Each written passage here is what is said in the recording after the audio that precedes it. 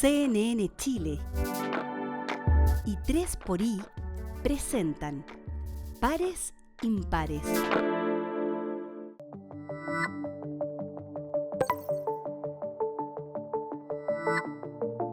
Hola, ¿cómo están? Bienvenidos, bienvenidas a Pares Impares. Hoy queremos hablar de unos pares a los que vemos poco. Personas que pudieron haber sido cualquiera de nosotros, pero terminaron por sus circunstancias, por sus oportunidades o su falta de oportunidades, por sus redes, en la calle. Es una realidad que hemos normalizado. Pasamos por la ciudad y viven a veces en plazas, en esquinas, se ven de alguna forma como parte del paisaje, pero reflexionamos poco sobre quién está ahí y por qué llegó ahí.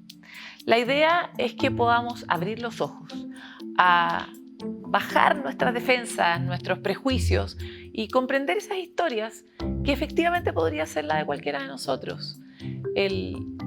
Los vaivenes de la vida son demasiados y a veces son muy duros de enfrentar y terminan con destinos así de concretos que a veces sentencian para siempre la historia de alguien. Pero ¿qué pasa si volvemos a mirar y volvemos a tender esa mano, generar un nuevo vínculo y abrir una oportunidad? Esa historia la queremos desmenuzar hoy día en este capítulo de Pares Impares que comienza ahora. Se cree que cerca de 50.000 personas viven en la calle en Chile, lo que significa, por supuesto, un desafío que además ha crecido muy rápido en el tiempo. ¿Es posible salir de la calle? Es una de las preguntas que convocó por segundo año consecutivo a cientos de personas, más de 400. Empresas, organizaciones de la sociedad civil se reunieron el 30 de julio en el encuentro Juntos por la Calle. El equipo de Pares Impares, por supuesto, participó y estar ahí junto a la Fundación Salud Primero en operativos de salud, recogió los testimonios de personas que están en este entorno y quienes necesitan oportunidades distintas, pero atenciones humanas concretas, como acceso, por ejemplo, a la salud o a la vivienda, y que nos construye de alguna manera una nueva esperanza. El informe es de Javier Albornoz y Oscar Núñez.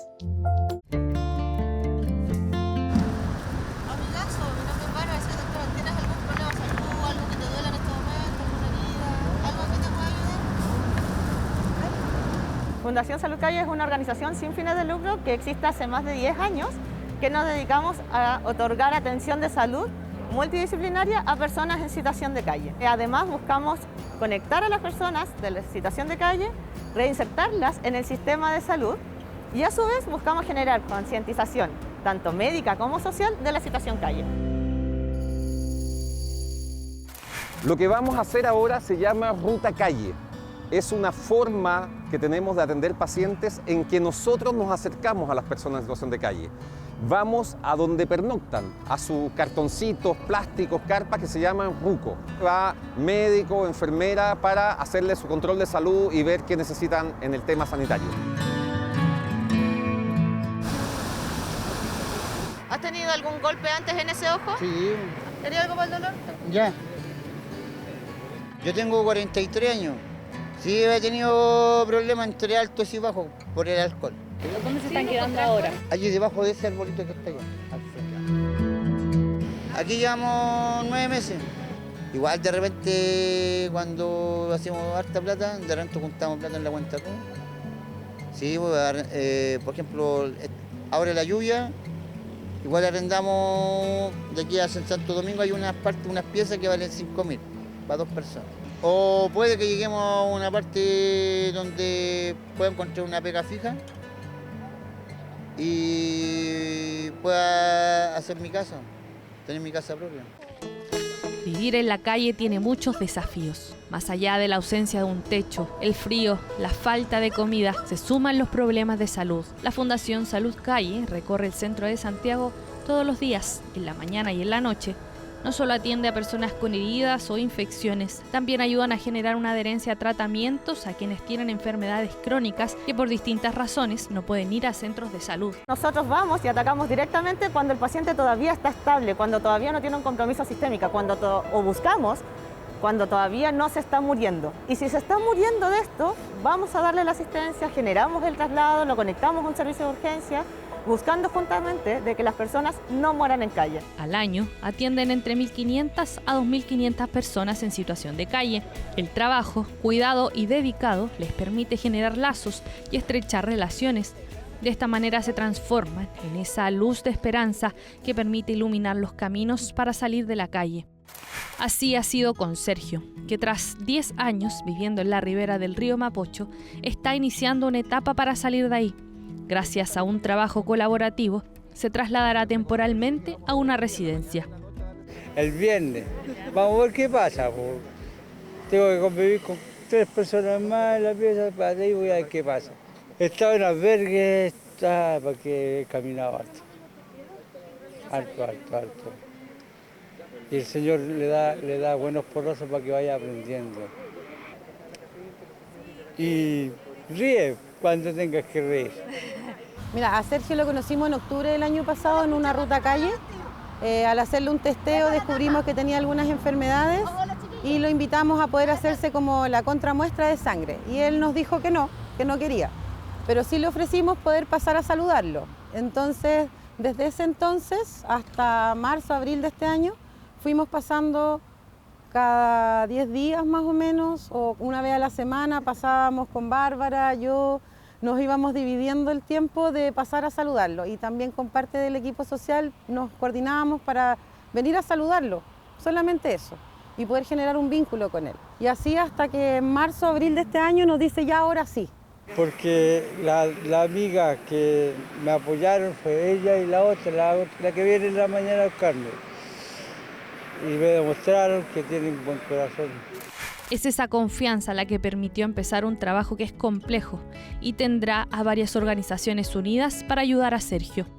Entregar salud es una excusa para llegar a estas personas. Que de repente te va a faltar una gasa, no podemos tener el antibiótico el mejor, ni la última tecnología, pero es el cariño y la dignidad que uno trae a la calle, eso es lo que hace la diferencia. Entonces cuando venimos para acá y entregamos salud, le estamos demostrando que la salud es un acto comunitario, que tu salud me tiene que importar, porque nos hace a todos como crecer como comunidad. Así que hoy día yo me voy con el corazón súper contento, feliz, porque creo que el trabajo de muchos meses con Sergio ha sido algo que nos demuestra que sí es posible, que sí se puede. Si todos nos unimos, si todos nos coordinamos, si a todos nos importa, creo que se puede entregar una salud digna y se puede salir de la calle. Salir de la calle es posible. Esa es la idea que mueve a la iniciativa Juntos en la Calle de la Corporación 3xI y que por segundo año consecutivo realizó la Noche del Encuentro. ¿A quién le ha dolido y tal vez incomodado ese dolor de ver a alguien que está durmiendo en la calle?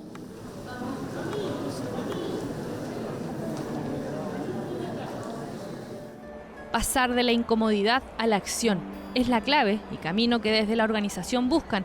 Una noche en la cual organizaciones sociales, empresas, autoridades, personas que vivieron en la calle y que aún viven ahí, se encontraron porque entienden que la única forma de lograr erradicar esto es a través de la colaboración. Es fundamental para poder resolver un problema, poder entender desde la dimensión de los protagonistas, ¿cierto? Hay muchos de nosotros que trabajamos para esta causa, pero nunca hemos estado en calle.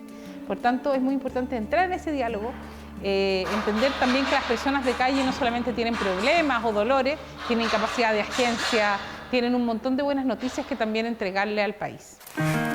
Una buena noticia como la de Ruby Espinosa, hace 10 meses que vive en una casa luego de pasar un periodo viviendo en la calle. Fue un proceso duro, donde tuve que trabajar mucho, áreas personales, empezar a sanar heridas, tuve que encontrarme, empezar a buscar en mi interior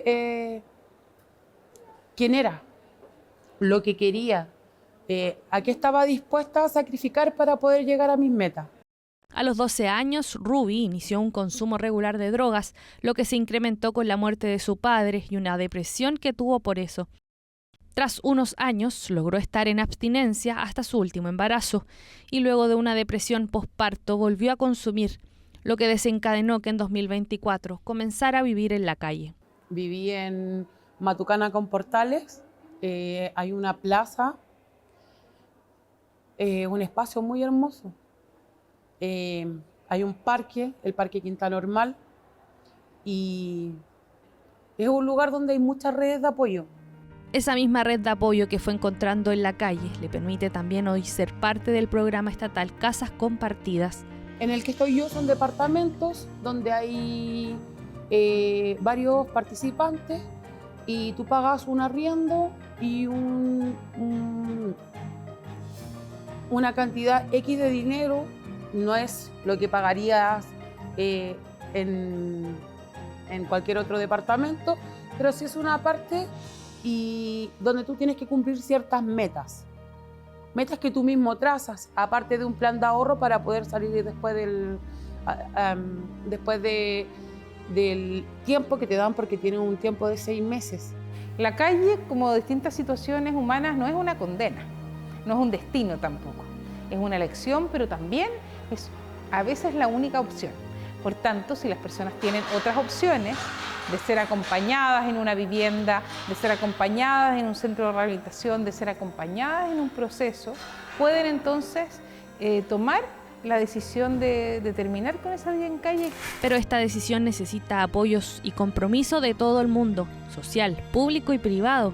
Y ese es justamente uno de los objetivos de la Noche del Encuentro: conocernos, involucrarnos en la realidad de las personas en situación de calle, distintos recorridos donde los participantes no solo llevan un plato de comida, una frazada o una taza de té para soportar el frío santiaguino, también la esperanza que se genera en ese vínculo que se construye. Toda sociedad tiene que darle oportunidad a las personas, conocer sus realidades, saber cuál es la realidad que lo llevó a esa situación y buscar oportunidades no solo para tener donde vivir, sino que también para desarrollarse y para tener una vida junto a seres queridos. No es solo una parte la que tiene que estar disponible, son muchos los actores que están hoy día representados aquí y que tienen ganas de colaborar. La gente de calle es claramente uno de los sectores más vulnerables y que necesitan de toda nuestra atención.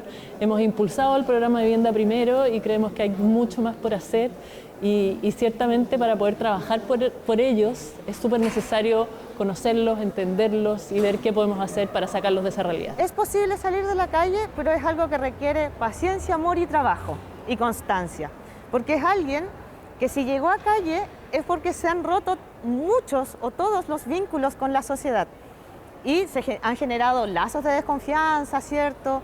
Porque además son crónicamente discriminados, son aquellos que nos vemos de la sociedad. Entonces, hay que decirle, yo lo estoy viendo. Hoy cerca de 50.000 personas viven en la calle. El primer paso para salir de ahí es que los conozcamos, rompamos los prejuicios y dejemos de invisibilizar a nuestros vecinos que por distintas razones, muchas ajenas a ellos, llegaron a la calle y que para salir de ahí requieren del apoyo de toda una comunidad comprometida.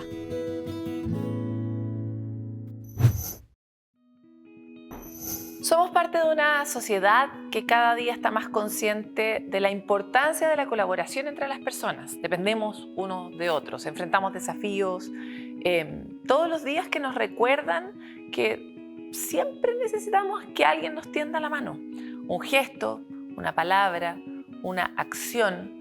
Estar al tanto y disponible para ayudar a otro significa inevitablemente que en el momento en que nosotros necesitemos ayuda, también eso va a ocurrir.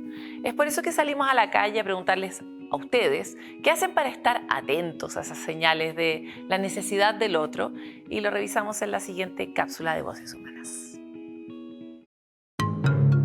Hola, soy Marianela Aranda González, tengo 49 años. Hola, ¿qué tal? Soy Diego Carrasco, tengo 32 años. Hola, soy Cecilia Vázquez, tengo 68 años. Hola, buenas, soy Alonso Abarca y tengo 22 años. Bueno, yo en mi caso, para ayudar al resto, trato de hacer escucha activa. Ayudar al prójimo en sentido de colaborar en una buena atención. En mi entorno cercano también trato de ayudar a mis amigos, a mis padres, a mi familia. También con las mismas situaciones, tratando de evitar problemas, por ejemplo. Trabajar en grupo, entregar mis conocimientos, porque yo digo no me los quiero llevar, los tengo que dejar para otras personas. El principal desafío encuentro yo para ayudar a alguien que se deje ayudar. De repente uno comete el error de hablar mucho, tratar de resolver problemas, pero escuchar sirve para uno conocer mejor cómo se siente la otra persona, el problema que tiene y ayudarlo de mejor forma. Es muy primordial ser empático en el mundo que estamos viviendo, porque en realidad uno nunca está ajeno de que pueda recibir la ayuda de vuelta. Yo creo que va también en uno, en el ser un buen aporte para la comunidad.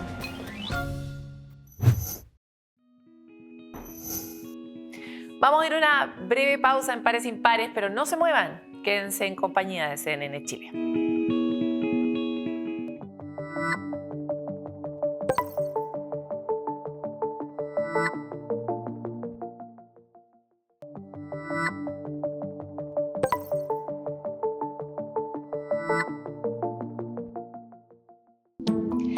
Hoy queremos hablar de conocer ámbitos de la vida que experimentan muchos, que nos podría tocar a cualquiera, realmente nos podría tocar a cualquiera, y creemos que no. Pero queremos mirar una realidad que es la realidad de las personas en situación de calle, de la mano de alguien que tal vez ustedes no se habrían sospechado. Tenemos acá a Ricardo Meves, expresidente de la CPC, pero es además director de Juntos en la Calle y director de La Iglesia que Sufre. Y queremos hablar contigo desde tu mirada, esta historia que es una historia que contamos poco, que visibilizamos poco, que siempre negamos como algo que nos podría ocurrir y sin embargo constituye la realidad de muchos chilenos y chilenas. Muchas gracias por estar aquí. Muchas gracias a ti, Paloma. Ricardo, yo creo que algo que puede sorprender a algunos, porque muchos te conocen por tu rol público en la CPC como empresario, es que seas parte de un directorio de una iniciativa como esta. En parte porque no siempre entendemos que las empresas participan de esto, pero también porque el estigma de ser una persona que vive en la calle es enorme. Viene con una gran cadena de supuestos, o la flojera, o la falta de capacidad, la falta de iniciativa, que no terminan nunca de contar las verdaderas historias que ahí se viven. Entonces mi primera pregunta es, ¿cómo llegaste aquí? ¿Y cuál fue tu primera sorpresa con este mundo de las personas en situación de calle? Mira, primero llegué porque la CPC está muy involucrada con el 3xI y el Juntos en la Calle es parte de lo que es el 3xI. Y lo que más me impresionó fue no saber nada de la gente en situación de calle y estar lleno de prejuicios. ¿Tú también lo sentías? Absolutamente. Y yo tengo una oficina en Moneda y cuando estaba en la Cámara Nacional caminaba mucho en el centro de Santiago y veía gente en situación de calle, en la Alameda, en fin. Y tú decías, pucha, pobre gente, no tiene dónde estar, no tiene dónde dormir, en fin. Pero más allá de eso, nada. Y resulta que la realidad de las personas es tan distinta a la que uno piensa que cuando uno va conociendo y se va involucrando en este mundo, la verdad es que te das cuenta, Paloma, que los prejuicios que uno tiene son tremendos. Y eso me hizo, además de ser presidente de la CPC, porque esto ya participo más de un año en el directorio, fue involucrarme personalmente y por ende también la CPC está involucrada. Y participar activamente en estos directorios, porque hay muchísimo que hacer. Habemos un grupo de empresarios, están las organizaciones sociales, las organizaciones que tienen que ver también con la gente en situación de calle, que son muchísimas. Hay mucha gente que está detrás de esto, apoyando, y no solamente llevando un plato de comida, una bufanda, un abrigo en las noches más frías, sino que hay todo un desarrollo y una estrategia para que esa gente salga de la calle. Y solo un ejemplo, hay gente que vive en la calle porque, valga la redundancia, por ejemplo, le queda muy lejos su lugar de trabajo, de donde vive. Entonces, para no tener que volver a su casa un día en la noche de una faena, una construcción, bueno, se queda viviendo en la casa, en la calle. Hay otra gente que la han echado de su casa. Me tocó y tuvimos un precioso evento el jueves de la semana pasada, la noche del encuentro se llamó, que estuvimos en una casa donde habían 2 personas, 2 hombres, uno alcohólico recuperado, otro alcohólico y exdrogadicto, que no estaba 100% recuperado. Tremendo. Pero uno de ellos ya había salido de su proceso de alcoholismo. Y resulta que había trabajado en algún momento de su vida. Y lo más emocionante era la fuerza con que él había salido, había generado ahorros, había levantado el suficiente capital para postular a un subsidio de vivienda, se había conectado con el amor de su vida cuando estaba en el colegio, y al día siguiente firmaba la escritura de subsidio y se iba a vivir a Talagante. Y cuando tú le empiezas a preguntar, porque la idea es que de estos encuentros que tú vayas donde ellos viven, veas cómo viven, veas lo que hace realmente esta institución. ¿Y qué los llevó ahí, no? Y bueno, el que lo llevó fundamentalmente es la falta de redes, falta de apoyo. Esto nace desde muy chicos en sus familias, con papás y mamás que en la práctica no existen. No tienen redes, no tienen hermanos, no tienen tíos. Él me decía, tengo 7 hermanos, pero son 7 hermanos de papás diferentes y ninguno de ellos se preocupó de él. Entonces no existe nadie que le dé una mano, más allá de la ayuda material, más allá del almuerzo, la comida, el abrigo. Una relación que te sostenga. Las redes. Si aquí lo más importante en esto es cómo somos capaces de generar entonces estas redes. Y por eso que este encuentro en el que estuvimos, que creo que fueron más de 450 personas, nos da un tremendo impulso para seguir trabajando juntos en la calle, en este directorio, porque creemos que podemos cambiarle la vida a todas estas personas, ya sea multisistémicamente, porque hay evidentemente gente que está con depresión, que era el otro caso, que claramente una persona que estaba bastante más deteriorada, pero también hay mecanismos que pueden permitir a todas estas organizaciones sociales apoyar la salida de la calle a toda esta gente, que hoy día, a propósito de la llegada de los migrantes, ya pasan a ser familias completas. Claro, las que el están número, en esta el número ha situación. crecido mucho. Quisiera volver a llevarte a un lugar como muy personal. Tú hablabas de que lo primero que te sorprendió es lo poco que sabes. Es bueno saber que uno no sabe, Sí. en todo caso. Es un gran primer paso. Pero a continuación de tus prejuicios. ¿Qué sentiste cuando miraste de frente tus prejuicios?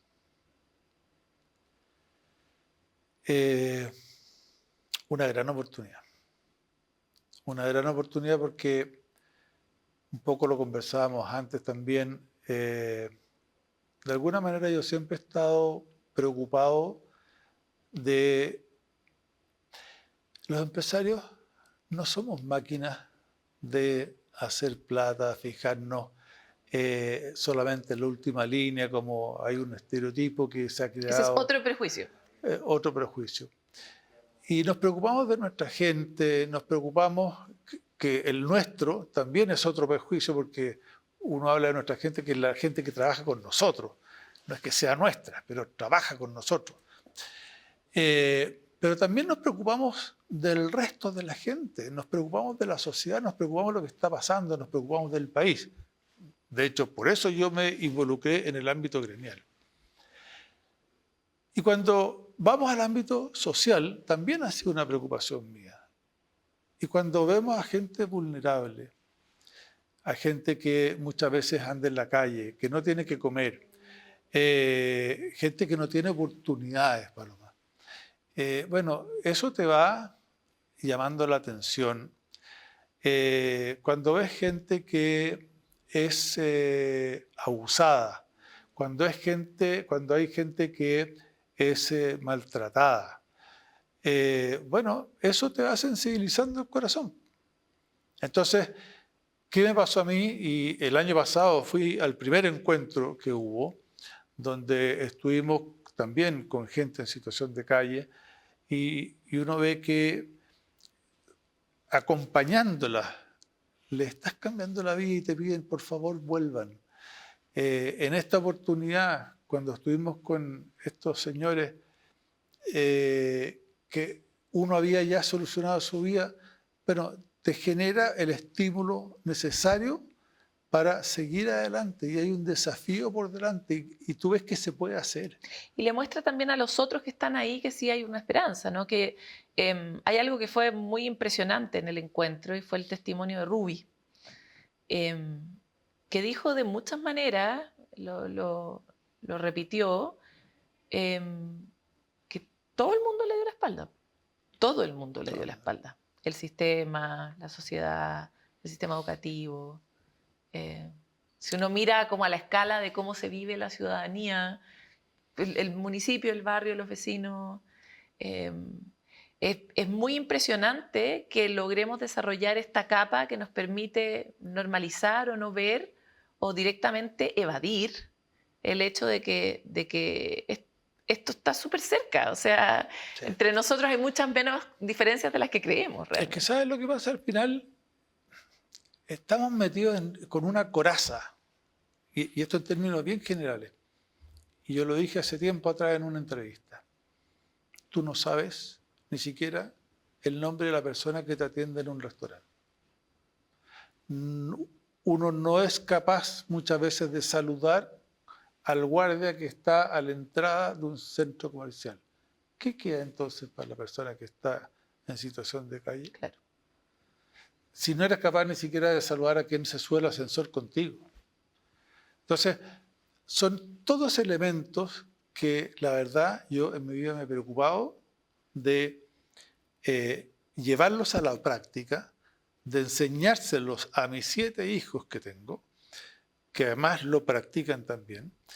Bueno, y aquí cada vez que yo les cuento lo que hago en esta fundación, la experiencia que he ido teniendo, cómo es posible apoyar, ya sea con ideas, con recursos, con una visita. Es que... Bueno, con una visita. Con el centro de salud que está ahí en Santa Isabel con Santa Rosa, que hoy día tenemos que crear un policlínico y certificarlo para que la gente en situación de calle se pueda atender por FONASA, por ejemplo, y ahí el llamado es, oye, necesitamos ayuda para que eso se pueda concretar, porque además hay un montón de médicos jóvenes que donan parte de su tiempo para ir a atender a gente en situación de calle que no los atiende el sistema público.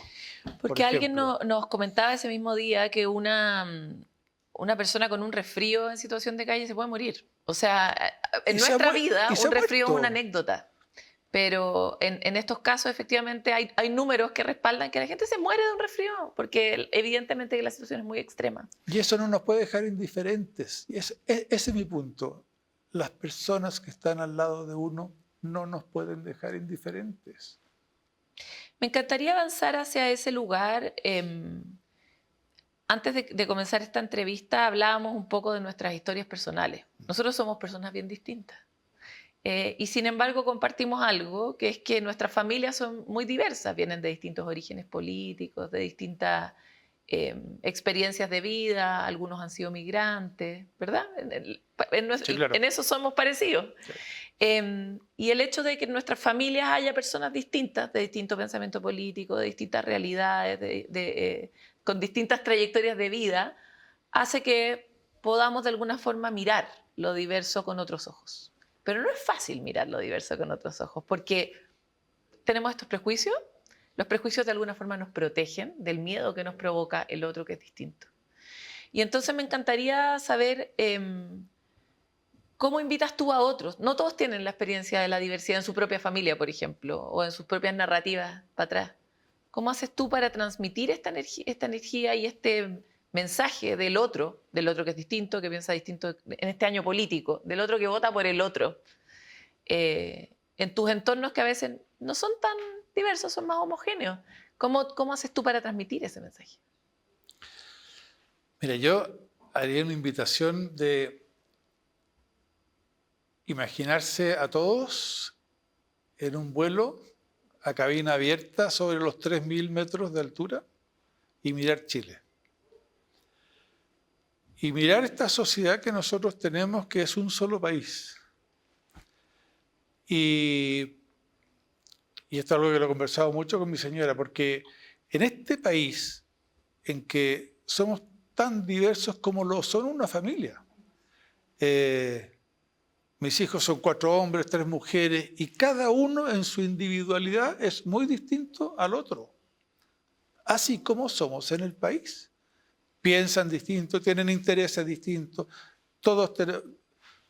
O sea, tengo un yerno que piensa absolutamente distinto en lo político que yo. Bueno, y lo quiero porque es una persona, porque es el marido de mi hija. Entonces, entendamos de una vez por todas y que no porque alguien piense distinto, no vamos a relacionarnos con esa persona. No vamos a acercarnos a esa persona. No vamos a hacer, a lo menos, ¿no es cierto?, darnos el placer muchas veces de tener una conversación con esa persona, ver dónde están sus dolores. Cuando yo estaba en Chile Valora y conversábamos con los dirigentes sindicales, yo me hice muy amigo de dirigentes sindicales. Son del Partido Socialista, son del Partido Comunista. O sea, que no es exactamente por el que votas tú. No, pues claro que no. Pues. Solo para aclarar, digamos. No voto por el Partido Comunista yo. Pero ahí detrás de la ideología hay personas. Y si vemos en cada una de las personas, y probablemente aquí, cuando salgamos, mis amigos me van a llamar por teléfono y me van a retar, que cómo es lo que estás diciendo. Bueno, porque son personas humanas que tienen una mirada distinta de la vida, de cómo solucionar los problemas, pero son personas. Entonces, mi invitación es esa, o sea, miremos este Chile, que se supone que todos lo queremos, desde una altura que nos permita verlo completo. Y aprovechemos además de verlo a 30 años plazo, porque estamos insertos en el corto plazo, a propósito de lo que tú decías de las elecciones que tenemos ahora, pero estamos mirando los próximos 4 años, no estamos mirando el Chile que le queremos dejar a nuestros nietos, porque me faltó decirte que tengo 4. Tus bisnietos, entonces. Hablemos al tiro de la generación que viene después. Entonces yo digo, esa es la invitación. Tratemos de sacarnos los prejuicios que tenemos y realmente miremos a la otra persona en su real dimensión, en lo que es como ser humano. Es súper importante lo que estás planteando porque vivimos una época que está muy impulsada por las tecnologías, en la que la trampa, y la trampa probablemente de los grandes dolores de nuestra humanidad es justamente cuando dejamos de entender al otro como un ser humano legítimo. Y por lo tanto es el respeto al otro solo porque es un ser humano. Es una cuestión que suena sencilla, suena básica, pero es muy profunda. Y entonces me encantaría saber cuál ha sido el mayor regalo de tener los ojos abiertos a la humanidad de todos, a pesar de lo que sientes por el otro, el miedo que te produce, el prejuicio que tienes sobre él o el enojo que te produce lo que el otro manifiesta. ¿Cuál ha sido el regalo de lo otro, de mantener siempre ese recuerdo presente? Fíjate que cuando uno va a enfrentar un problema o a juntarse con gente en situación de calle que te enseña mucho. Te enseña, por ejemplo, lo que significa el esfuerzo de haber salido de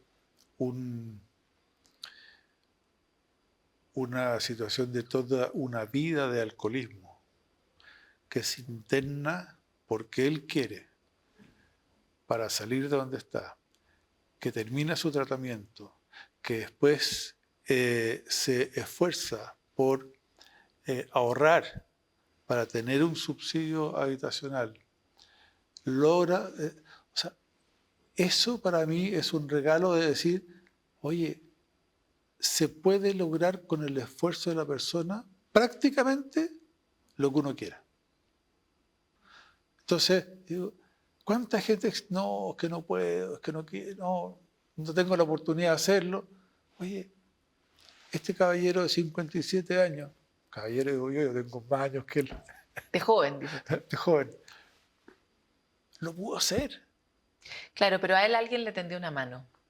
Y ahí me encantaría saber... Bueno, estas organizaciones solidarias, como por ejemplo el Juntos en la Calle, a través de las organizaciones que va juntando, le tendió la mano. Y lo apoyó. Y generó las redes.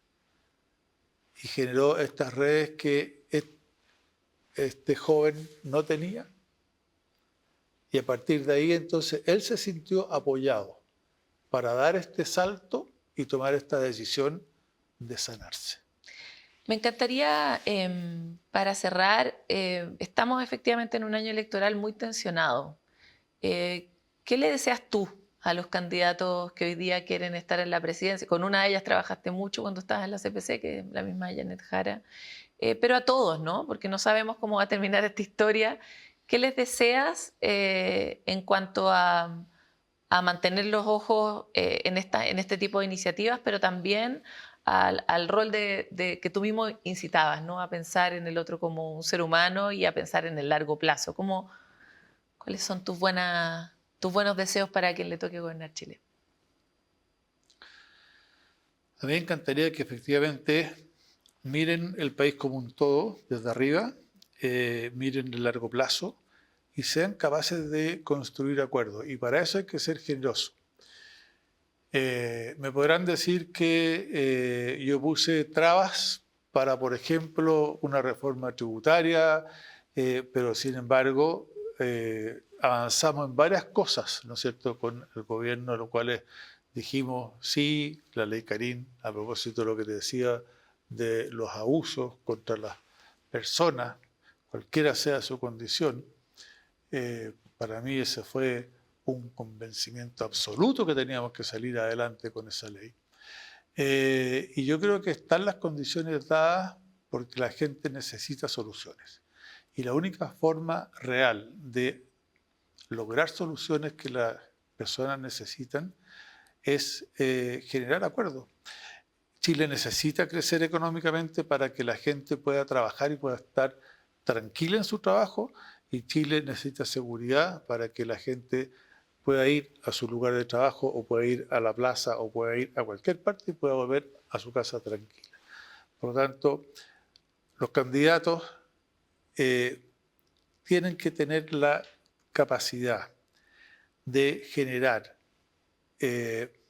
los mecanismos para que la sociedad chilena pueda vivir mejor, pueda estar más tranquila, y aquellas personas más vulnerables, como quienes están en la calle, por ejemplo, pueden tener una oportunidad. Tengan la oportunidad, pero además de eso, tengan la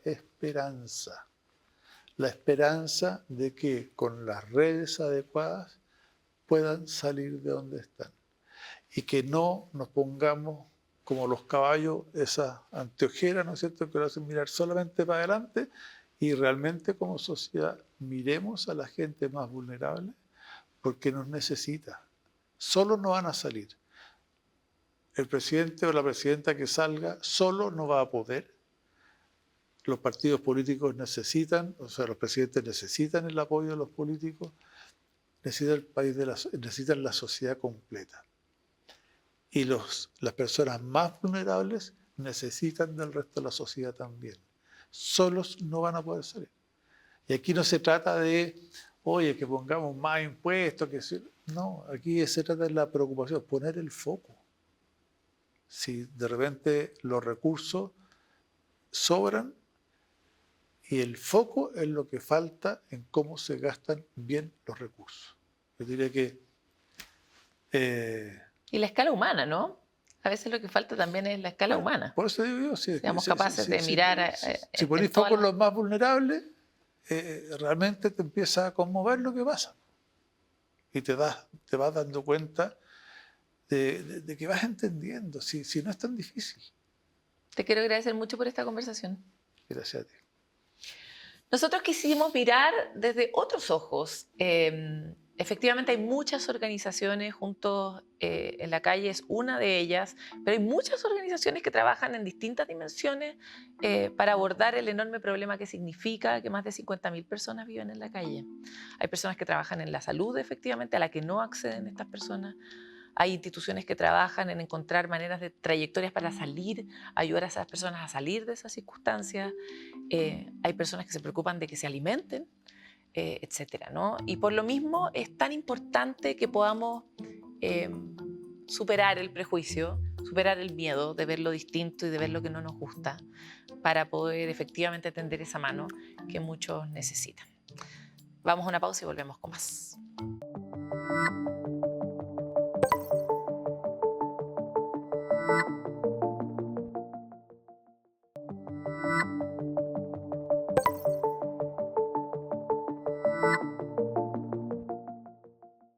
Hablando de ayuda, en tiempos de crisis hay gestos que dicen tanto más que las palabras.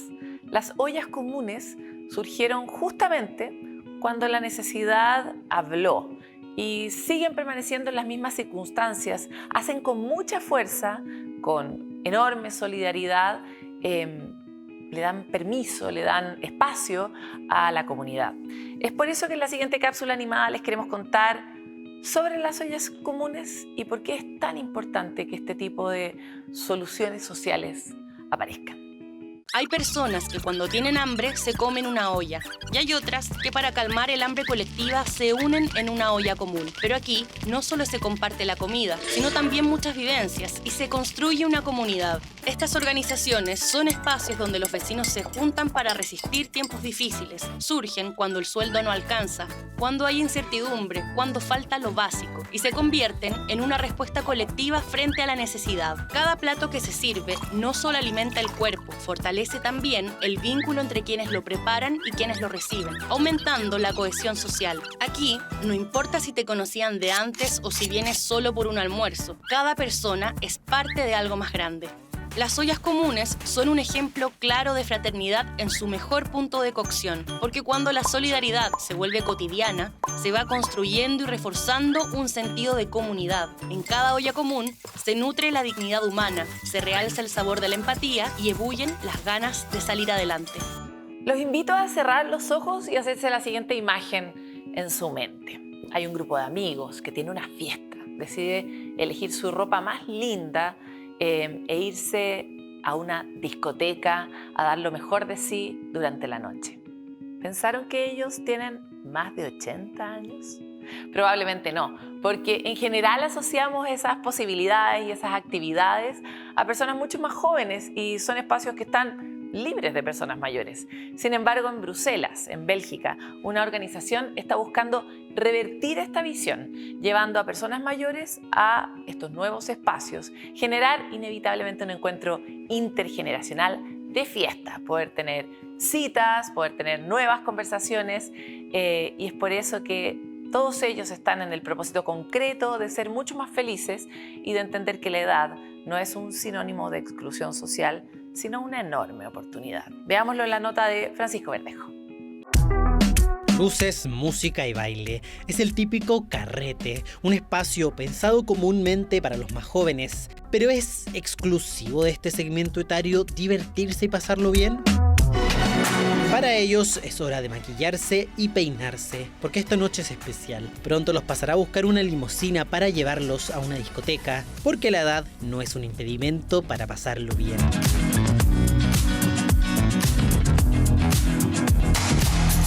Excelente, comimos bien, bebimos bien y la sorpresa fue genial.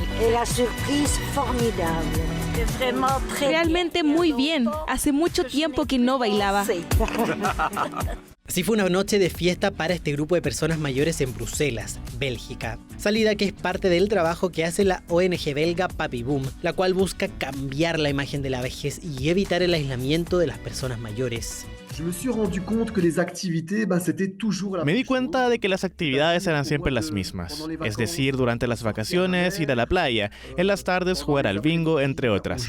Siempre son las mismas actividades sociales las que se ofrecen a los mayores, y pensé que, como los mayores viven cada vez más tiempo, su vida social dura mucho, y me parece interesante ofrecerles actividades diferentes. Su nombre, Papi Boom, viene de un concepto en francés para referirse al gran aumento de jubilados en países europeos. Aquí buscan verlo como una oportunidad, antes que un problema. Salidas a discotecas, sesiones de citas rápidas para personas mayores e incluso un simulador de caída libre son algunas de sus actividades. La frase que representa Papi Boom es, realmente, que no por ser mayores la vida se para. Todavía tienen que descubrir cosas nuevas y vivir nuevas experiencias. Y como la vida no para, justamente urge la necesidad de salir de una caja creada por los prejuicios que ha encasillado a la vejez en una sola forma de ser. Yo pienso que aquí estamos enfrentando también un cambio cultural muy interesante, porque hasta hace poquito, en general, cuando los municipios o las juntas de vecinos organizaban cosas para las personas mayores, el tono era bien infantilizante. Entonces mucha gente se margina de esto porque dice, no me hace sentido. Hay una mirada con ciertos estereotipos de la vejez y esos estereotipos hacen que veamos a las personas con más años con ciertas condiciones. Por ejemplo, la dependencia. Como que uno mirara que las personas envejecen y pasan a ser dependientes al tiro. Prejuicios con efectos mucho más profundos, uno de ellos el aislamiento social. Según datos del Observatorio del Envejecimiento UC Confuturo, un 49,2% de las personas mayores en Chile se ve afectada por la soledad, mientras que más de la mitad presenta un riesgo alto de aislamiento social. Lo fundamental es adquirir herramientas habilitantes para funcionar en el mundo de hoy. Porque hay mucha gente que dice, ¿yo sabes qué más? Yo no entiendo el mundo de hoy y me resto. Es ahí donde nace la necesidad de potenciar el encuentro en espacios que, según los estándares de la sociedad, no pertenecen a personas mayores. Así no solo se evita el aislamiento social, sino que se da una oportunidad de inclusión que logra algo más profundo, un encuentro intergeneracional. No fuimos a una fiesta de personas mayores. No, son personas mayores que fueron a clubes juveniles. Eso es lo interesante, es que los jóvenes crean vínculos con los mayores, y para algunos sucedió. Los jóvenes volvieron a verlos en el hogar para ver cómo estaban. Estas personas, a menudo, cuando son muy mayores, ya no tienen a sus padres, ya no tienen a sus hermanos, tal vez a sus hermanas. Su red social disminuye. Por eso es importante realizar diferentes actividades para crear un vínculo. Finalmente es una forma de repensar la vejez, teniendo en cuenta que las personas mayores aún tienen mucho que aportar y son parte fundamental de nuestro tejido social. Yo creo que es súper importante entender que las personas que tienen más años son personas igual que nosotros y que han pasado más años nomás en su vida. Y en ese sentido,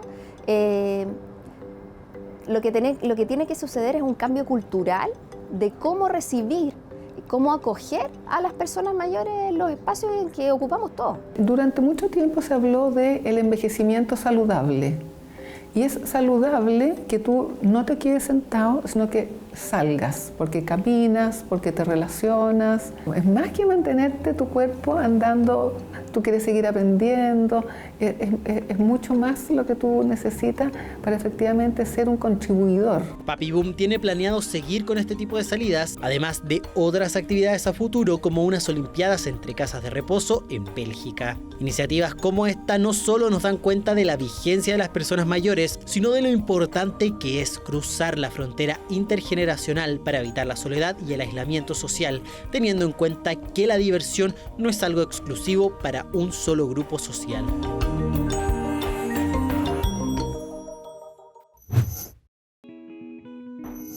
Ese diálogo intergeneracional es esencial para recuperar la vida colectiva.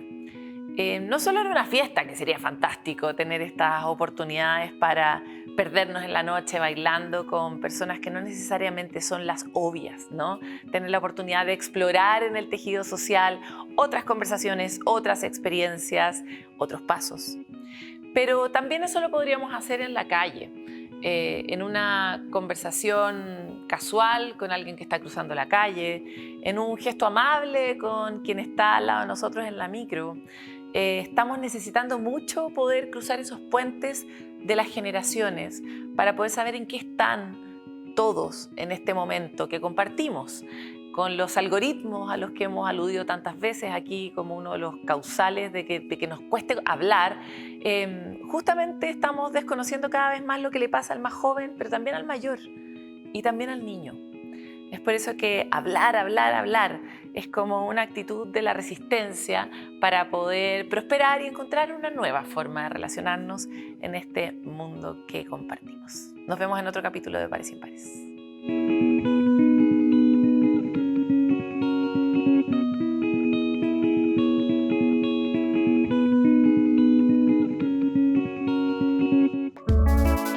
Pares sin Pares fue presentado por CNN Chile y 3xI.